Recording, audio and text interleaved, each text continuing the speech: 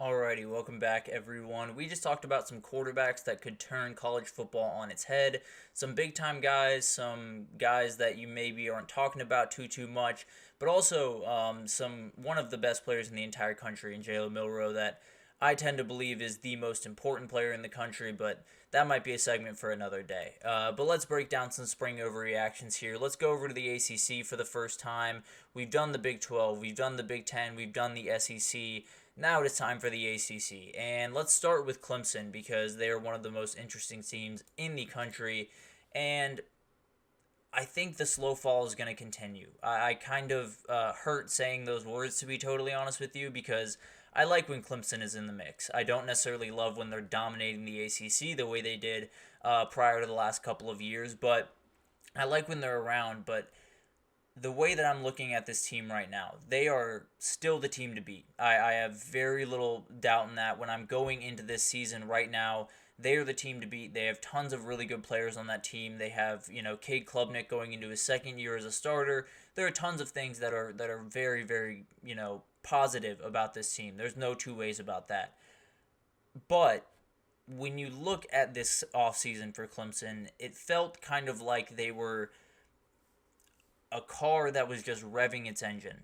They were in neutral. They weren't moving anywhere, but they were revving their engine. They were, way in front of the pack. They had, outpaced the ACC for a decade and had been doing incredible things in recruiting and had, made up this entire, chasm that existed in the ACC for quite some time. And then they've just been revving their engine for a couple of years, and it's done okay for them at times. 10 wins, 9 wins. It's not necessarily the sky is falling by any means, but everyone else is catching up, and everyone else is using the big time thing that could help you get to that finish line, which is the transfer portal. And Clemson has made it abundantly clear that they have no interest in using it. Dabo Swinney has been as clear as he can possibly be, I suppose. But the way I look at it, it was Clemson possibly taking one step forward while Miami took four, and while Florida State took two, and Louisville took two as well, and everyone else in the ACC took steps forward. Clemson might have. We just have no earthly idea because the roster is the exact same as it was a year ago, but you're replacing some big time players on defense. So I'm very confused about this Clemson team. I still think they're the team to beat. I still think they have every ability to right the wrongs and get back on the right track, but everyone's catching up. And this might just be the year where not only one team passes them, but multiple teams, and they find themselves 8-4, and they're fourth or fifth in the conference, and every Clemson fan is scratching their head wondering what happened over the last couple of years. But it's going to be interesting to see that unfold. But let's move over to Miami and talk about Cam Ward. I've talked about him pretty much ad nauseum at this point, but this one feels like a very good overreaction because this kid looked great in the spring, and he looks like he is super confident in his position. Now, this Offensive Player of the Year for the ACC will have plenty we'll have plenty of candidates. You'll have quarterbacks, you'll have running backs with some great players like Jaden Ott over at Cal, who's someone we'll get to probably later in the series, maybe later in the week. You have some very, very talented players at wide receiver in that conference, so it's going to be a battle. But Ward, to me, has the clearest path out of anyone. When you talk about Cade Klubnik, there is a big step that needs to be taken. There's no two ways about that. When you look at DJ Uyunglele, still very worried about his consistency and accuracy throwing the ball when you come to really making a big-time impact this upcoming year. Cam Ward, to me, has a lot of the tools that some of those other guys don't have. And on top of that, has probably the best offensive line of the group, which helps a ton. So if he takes Miami to the ACC title, he'll win this award. I have no doubt in my mind in that, because when Miami's back on top, they're going to want to highlight Miami. And I fully believe that he'll deserve the award, but even if it's really close and maybe there's a splitting hairs going on, I think they'll go in the way of Miami on that one. But there's so many dudes outside for Miami, and Cam Ward's arm talent is something that I think is a little bit underappreciated. When we talk about him, we always talk about when he can extend plays with his legs and do all these incredible things, but if an offensive line can actually block for him and keep him upright, I think he can pick apart a defense. And then when, things get a little bit hairy, he can make stuff happen with his legs. But I don't think that's the end-all be-all for this kid by any means. But I do really love this kid. I think he's one of the most important players in the country. He could totally flip the world on its head, as we just talked about in the last segment. And his ceiling is quite a bit higher than some people even assume, when they already assume it's pretty gosh darn high. But let's talk about Georgia Tech, and let's get into why I think Georgia Tech is going to ruin someone's ACC title hopes. This is a team that has a luxury that not many people have. We talked about it with Virginia Tech.